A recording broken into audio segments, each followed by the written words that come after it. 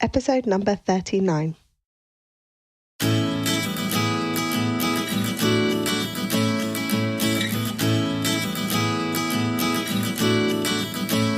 Hi, you're listening to the Careers Beyond Motherhood podcast with your host, Janine Esbrand. I'm here to help working mums like you to thrive in your careers and in motherhood. I share tips, strategies, and inspirational conversations with awesome women to help reduce the struggle in your juggle. Time for say, Mummy. Hello, and welcome to the show. It is great to be back with you again. We have recently had lots and lots of new listeners tuning into the show, and I just wanted to say thank you. Thank you for choosing to spend your time with me. I appreciate that you could be doing lots of other things, so the fact that you're tuning in to the podcast is awesome. I just want to take a few moments to give a shout out to some listeners who have taken the time to leave a rating and review. So we had a 5-star review from Comeback Girl, Laura Izzard, and she said, "I'm a mum and a career person and an admirer of Janine's work. She's nailed it again with the podcast." Thank you so much, Laura. That is such a lovely review. Another one that we had came from Daddy Daycare, and they said, "Janine shares great insights and tips for working parents who are juggling work and family life. The guests that she interviews and the information that she provides is really useful and practical. If you are a working mum, I would recommend listening to the show." Thank you so much, Daddy Daycare. It is awesome to get these reviews. I really appreciate it. When you're sitting behind the mic, you never really know who's listening or how people are receiving these episodes. So it's great to have feedback. So if you are enjoying the episodes, then please do head over to iTunes and leave your rating and review, because the more reviews that we get, the more people will find this podcast and be able to join in the conversation. Okay, on to today's show. So today we're talking about playing to your strengths to find work that you love. Have you ever found yourself feeling like a square peg in a round hole, if you know that expression, where you look around and you feel like you don't really fit in where you are, you don't really fit in with what you're doing? Well, today's guest experienced that when she and her colleagues took a personality test. So many of you might know about the Myers-Briggs, and she took the personality test, and the person who was facilitating the test in the workshop she was attending looked at all of the results and said, "Oh, you all fit in this quadrant here, but wait, who is this person who's all the way in the other side of the quadrant?" And it turned out to be today's guest, because what she was doing was not well aligned with her personality. And so she's sharing with us how she went from working in the healthcare sector for 11 years to transitioning into running her own business in the social media space. So it's really interesting to hear about Louise's journey. So without further ado, let's jump into my interview with Louise Brogan. Hi, Louise. Thank you so much for being with us today. I'm so excited to have you on the show. Please, could you introduce yourself? Tell us a bit about you. Thanks, Janine. I'm really delighted to be on the show today. So my name is Louise Brogan. I am a busy mum of 3. I live just outside Belfast in Northern Ireland, and my business is called Social BNI, and I help small businesses and entrepreneurs with their social media and online marketing. Awesome. I love to learn about online marketing and social media, because that's all very important to me. But before we dive into your business, can you tell us a bit about your journey in terms of motherhood and what your career looked like before you became a mum? Oh my goodness, yes. So I actually left university with a degree in geography and didn't really know what I was doing with it. So ended up kind of going and backpacking for a while and traveling before coming back and getting a master's in computing and information systems. So I got a really brilliant job working for BT, actually, as a software engineer for about 2.5 years before my then fiance and I went off around the world again for a year, came back, and I decided that I wanted to change paths and go and work in the public sector and do a bit of giving back. So I worked as an IT project manager in the health service for 11 years. But after my first child was born, I was about 31. I went part-time. So I was part-time for about 7 years when I had the kids. And being part-time in the health service has its limitations in terms of progressing through the career path that I wanted to progress through. Cut a very long story short, I couldn't go past the level that I was at unless I applied for a full-time job. And I didn't want to do that when my kids were so young. So I started to create what the Americans call the side hustle, and started my business on the side, helping people with their social media. And after 2 years of doing that, I was in a particular sticky wicket at work, really frustrated with lack of progress and frustrated with the lack of opportunity for somebody who's I'm a pretty ambitious person. And my husband just said to me, right, that's enough now. You should just leave that job. They don't appreciate you. Just leave that job. And you've built your business to a point where I think we can make a go of it now. So I quit my job that month, and that was about 3 years ago now, and I've never looked back. Wow, that is so amazing. I love it. I can totally relate because I'm a lawyer, but I also have my coaching business that I run on the side, and I trained and did my coaching qualification on the side as well. I can relate to that whole, you're kind of building a portfolio career. So you're doing one thing, but then you have your business, and then your business gets to the point where you're like, I can actually do this. Yes. As my main thing. And that's really, really great and really inspirational. Yeah, no, absolutely. And that was always the plan. I mean, my father had his own business when we were growing up as kids, and he always said to me, never work for yourself. Always get a job, and then when you can leave your job at the end of the day and just forget about it. Yeah. But I absolutely love entrepreneurship. Now, I will say, Janine, at the start, it's really, really hard trying to build up a business and have a job and have 3 kids. And when I look back now at some of the times in those couple of years when I was doing all of it, I don't really know how I coped with it all, to be honest. Yeah, I think when you're in the thick of it, because right now my son is 3 and my daughter's 1. And so people say to me, what are you doing? How do you do all that? When do you fit all the time in? And I say, I just don't watch TV. I just basically don't watch TV. I put my kids to bed, and then I start working on my business, and then I'm working in the day and doing all sorts. But I guess when you're in it, you just make it work. And then when you look back, you're like, that was crazy, but we made it work. Yes, you can look forward to where I am now and know that it will work out. Yes, you're my inspiration. Thank you. I also picked up on what you said around how you decided to change paths once you were traveling.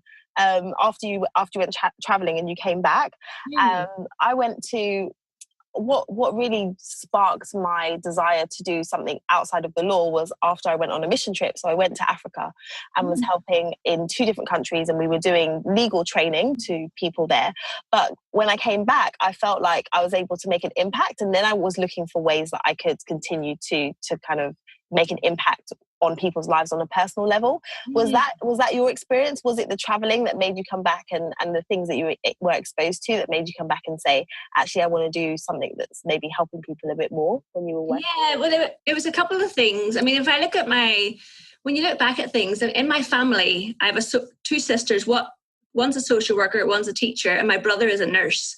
So we're all in the kind of helping careers, if you like. Yeah. And we're caring careers. And to be a software engineer, I have the passion for the tech. I mean, that's one of the things that helps me in my current business, is that I am quite into the geeky stuff and the techie side of things. And one of my key strengths, I think, is that I can explain the tech and the software in terms that people will understand without baffling them. Yes. But whenever I was in BT, it was really funny, towards the end of my time there, an external group came in and did the Myers-Briggs process with us. You know, when you get your personality, whether you're extrovert, introvert, and all that stuff.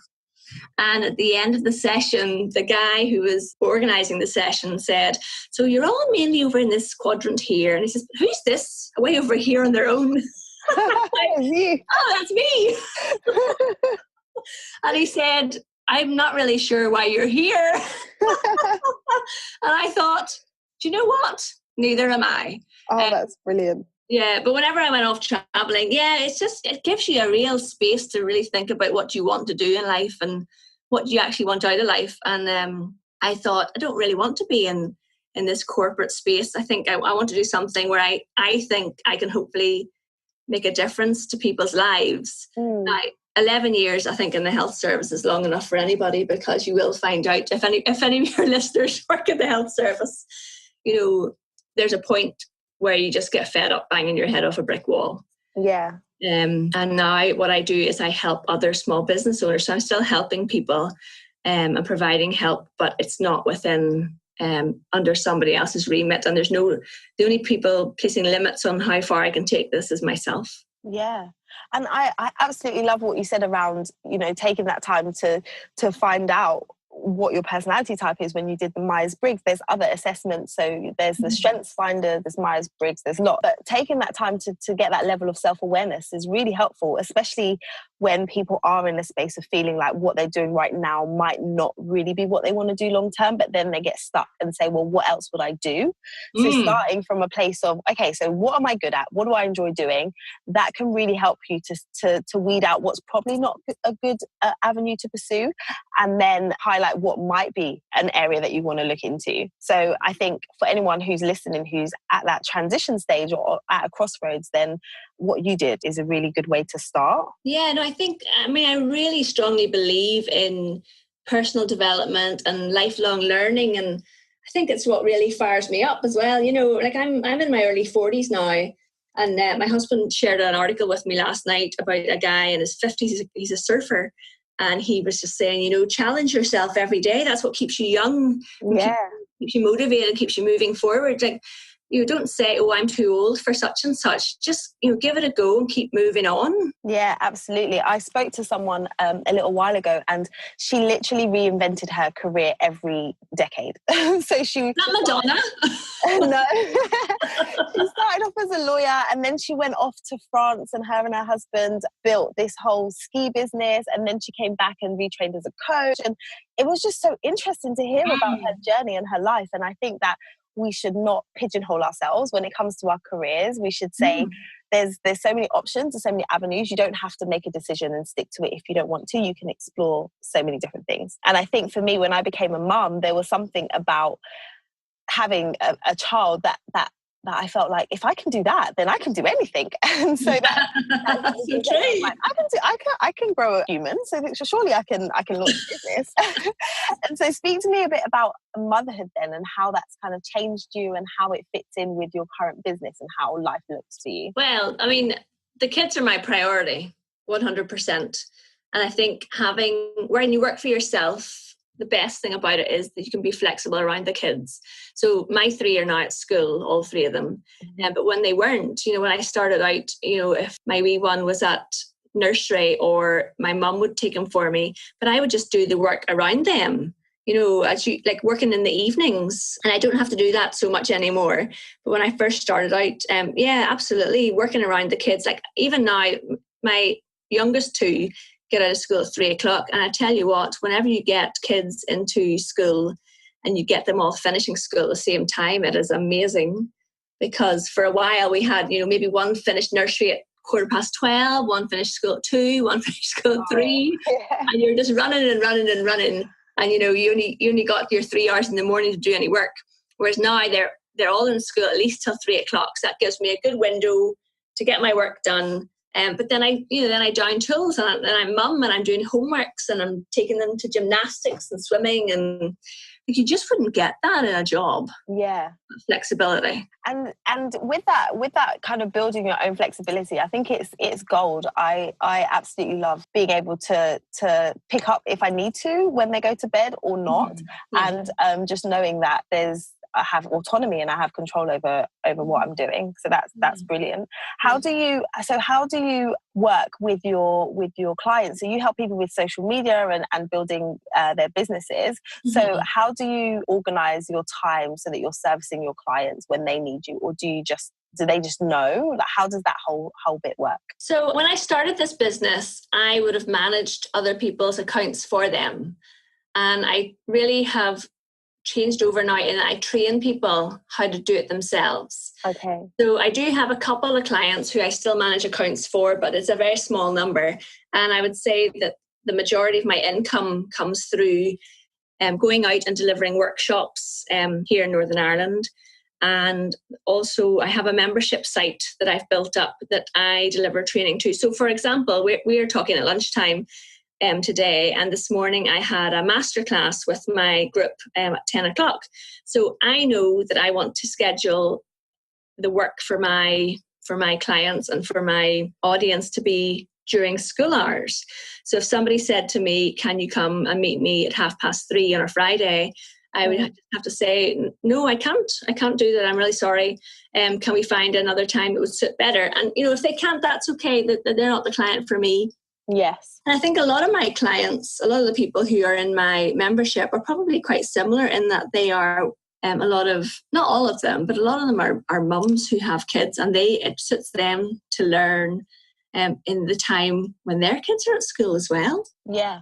I love that. So it's making sure that you've got your boundaries set, and then you can then align everything so that the types of clients that you attract are the ones that are going to work for your boundaries, and then you also work well with them because they have a similar schedule to you. So that's really good. Now, saying that, I am out tomorrow night at a networking event, and I was out last Wednesday night at a networking event, and I have to, in terms of those, I mean, I'm very lucky. My husband and I live together, and I know that's not the same for every family setup, but I have to say to him, look, I'm going to be out for the next 3 Wednesday nights in a row at work events, and can we schedule around that? And and that can be really tricky, especially in the winter time when the kids have got, you've got guides and cricket and beavers and all these things, and you have to make sure that everybody's covered for lifts and pickups, and that is a challenge. Yeah.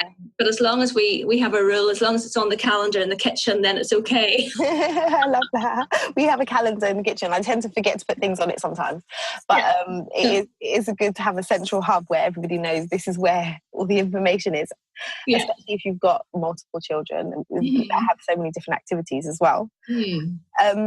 So in relation to your family life and your children, what kind of advice would you give to anybody who's just getting into it? So they're just getting into motherhood, they're just figuring out their career after and what they're going to do. Do you have any advice for them around how they can approach things, or things that you've learned that you'd like to share? For new mothers, I would say don't stress too much. Everything will work out.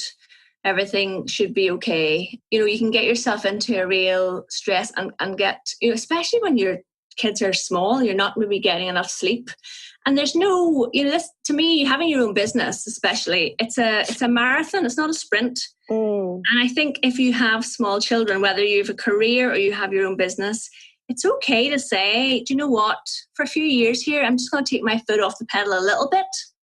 And then when the kids are a little bit older, I can put my foot back on the pedal. Yeah. Not to stress too much. Don't beat yourself up about things. Yeah, I think that's really good advice. I think that it relates both to if you have your own business or if you're in your career. It's good for you to kind of keep your foot in, so you're still doing stuff, but it might mean that you change the type of role that you do, you start working part-time, you're not taking on as much, or it's not as full on, but then know that you're doing something, so that when you do want to ramp things up when the kids go to school, then you've kind of kept yourself in, or if you're building your business, you've been doing it slowly on a slow burn. So I think it's good to kind of think of it like that, as opposed to the all or nothing approach, which I think some people take, where they say, oh, I can't figure it out, so I'm just going to quit, and then think about it when the kids are in school.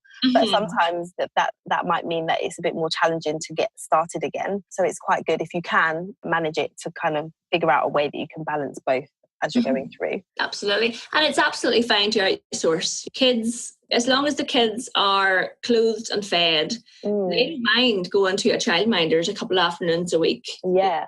Childminder probably has better toys in their house than you do anyway. Absolutely. So don't feel guilty about that. Give them variety. It's fine. So if people wanted to learn more about you and your business, where would they find you? And can you share with us where they would go and what they would find? Absolutely. So I have, my website is socialbeeni.com, which is buzzybee, BEENI.com. I have a free Facebook group called the Social Beehive that you can find. I'm all over social media as Social BNI, LinkedIn as Louise Brogan. And they're very welcome to come and check out what I've got going on. If they want some help with their social media, I have a free 5-day course on how to start using Facebook on my website. And I also have lots of blog posts that would help you get started as well. Awesome. I will definitely be checking those out, because I need help with social media. So we might need to chat after this. Final thing is I love inspirational quotes, and I often ask people whether they have one that they could share. So a saying or a quote or a mantra that has impacted you that could inspire somebody else. Absolutely. My favourite thing about online marketing is the network and community that you can build up around yourself. So my favourite quote is, a rising tide lifts all boats. So if we all help each other, give a little bit of a hand up to each other, we can all progress together. I absolutely love that. And the funny thing is, the last person that I interviewed for the podcast gave me exactly the same quote. So there must be something in it. Oh, it's my favourite. I love it. I say it all the time. It is wonderful. And I always talk to people about the importance of networking and the importance of having a strong network and just being social. And especially as women, I think we need that support, and it comes in so many different shapes and forms. And so, yeah, we need to definitely be leveraging all that's out there to make sure that we have a strong networking community around us. Absolutely. Oh, I forgot to say as well, Janine, for your listeners, I have a podcast called the Social Bee Podcast, where I interview women entrepreneurs. That's definitely another way to connect with me. Oh, awesome. I will check out the podcast. I love podcasting. Thank you so much for joining us today. I've learned so much about you, your journey, and I'm sure that the listeners will be inspired. So thanks a lot, Louise. Thank you, Janine. Thanks for having me on your podcast. My pleasure. It was great to speak to Louise and hear about her journey into entrepreneurship and how her schedule looks very different when they were younger, and how she's able to spend more time in her business now, and how things have grown slowly but surely over the past few years. So I think it's encouragement to anyone who is thinking about launching their business while raising a family. It is totally possible. And for those of you who are in your careers and you're at a time of transition, I really suggest that you take some time to do what Laura did in terms of reflecting on what was important to her, what she really wanted to do, what she liked doing, taking a personality test, and just really taking some time to figure out what your strengths are, so that you can make sure that the work that you're doing is well aligned with your strengths, and that's more likely going to lead to career fulfillment. So I would encourage that you take some time to do that. And if you need some support with that, that's something that I definitely help my clients with. So do reach out to me and we can book a call and see whether or not I can assist you in moving forward in the next phase of your career. If you would like to connect with Louise and learn more about what she is doing, I will put the links to her website and social media handles in the show notes. So head over to lightboxcoaching.com/episode-39 to grab those links. All right, it's been great hanging out with you. I'd love to hang out with you more and learn from you what your insights were from this episode. So why not head over to our private Facebook group? It's our little corner of the internet where working mamas are coming together to connect, encourage one another and learn from each other as we build careers that we love whilst raising a family. So if you want to join the group while we're still accepting members, then head over to www.lightboxcoaching.com/Facebook, and then you can request to join our free community. As I said earlier, if you are liking the show, then please head over to iTunes and leave a rating and review. And that's all from me this week. I will speak to you again next week. Bye.